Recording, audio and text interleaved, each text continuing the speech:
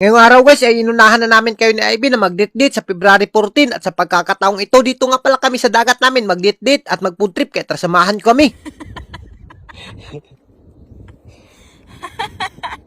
What's up sa inyo guys? For today's video, dahil matagal-tagal na kami ni Ivy hindi nakapag-banding sa dagat, kaya naman pupunta kami ng dagat at mag-date-date at uunahan na namin kayo guys pag-date-date ngayong February 14 dahil baka hindi kami makapag-date niyan gawa ng sobrang busy namin. Kaya naman dito na lang kami sa dagat namin mag-date-date. Pero bago tayo magpatuloy pumunta ng dagat, shoutout nga pala dito sa Reginex na nagpagawa kami ng sticker na napakasarap naman talaga at kung nakikita nyo bakit may uniform kami ni Ivy, ginawa nila yan at talagang napakagaling naman talaga ng taga Reginex. Mabuhay kayo mga idol hanggat gusto nyo. At sa puntong ito magpatuloy na tayo dito sa dagat. At speaking of dagat, siyempre may makakita ka dito mga baruto. At hindi lang baruto ang makikita mo dito sa dagat namin. Meron ding pinya dito na naglutaw-lutaw. Kaya naman hindi na papasailuin namin ni Ivy yan. At siguro sa buong buhay mo ngayon ka lang nakakita ng dagat na may naglutaw-lutaw na prutas. Kaya naman hindi ka talaga magmamahay dito sa dagat namin. At sa puntong ito pagbaktas-baktas namin nakakuha na naman kami dito ng bathanginan. Pero naku, napakalisod naman talaga yung kilawin kaya binuhian na lang namin. At ayan na nga, umapas nga pala kami dito kay Bulusoy na talagang namukot siya. At nagpalit kami ng isda dito na napakasarap naman talaga at medyo konti lang yung kuha ni Bulusoy na isda pero nako, dinaginot na lang namin at pinalit namin at least naman may makilaw kami ni Ivy dahil baka mapasmo kami pag wala kami ditong ulam. At as you can see naman guys, kapag pumunta talaga kami ni Ivy ng dagat, hindi na talaga kami mababalaka dahil napakarami ng mga dagatay dito sa amin. At ayan na nga, nakita pa namin si Agaw-Agaw nanguha ng saipo at kung nakita nyo nakuha ni Agaw-Agaw ng saipo, sobrang tuwang-tuwa sa Ivy dahil ganyan daw kalaki yung saipo na natikman niya at sobrang pinakapaborito pa naman ni Ivy yung saipo na yan. At sa puntong ito guys, nagbaktas-baktas na nga kami dito at dito nga lang pala kami mag-date-date sa tunga ng hunasan. As you can see naman guys, nanginhas pa nga si Ivy ng aninikad dito ng kaunti at habang nanginginas si Ivy ay ako naman dinigamo ko na kaagad yung isda dito, nakikilawin namin. At hindi rin basta-basta itong food trip namin at date-date namin dahil dito kami sa tunga ng hunasan at yung saipo na nakuha ni Agaw-Agaw medyo sumuksok pa nga at gusto pang tumakas pero naku, talagang pinunit yan ni Ivy dahil napakapaborito niya yan. At ayan na nga, init siya na kaagad yung lamas natin, nakikilawin natin, transition na kaagad at kung nakikita nyo yung lamas guys, kaunti lang yan pero naku,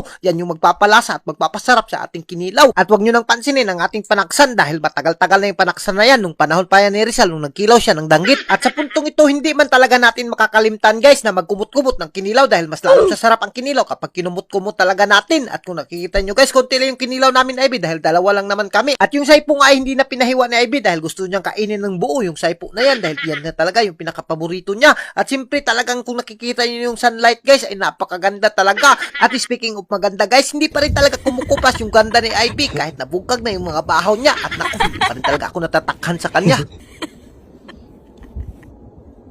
Sobrang matagal-tagal na nga pala kami guys hindi nakapag-date ni Ivy at nung nag-edit ako ng video na to bigla kong naalala na 2 years na nga pala simula nung nag-date kami dito sa dagat. Medyo nakakatuwa lang at nakakamiss lang dahil bihira na lang kami ni Ivy makapunta dito sa dagat pero ayan mo sa susunod 3 na kami mag-date dito sa dagat. At hanggang dito na lang kami at kung giganahan ka sa mga video namin wag mo nang kalimutan i-like and i-share para mas marami pa tayong food trip. Thank you and God bless you all. Mabuhay kang lahat.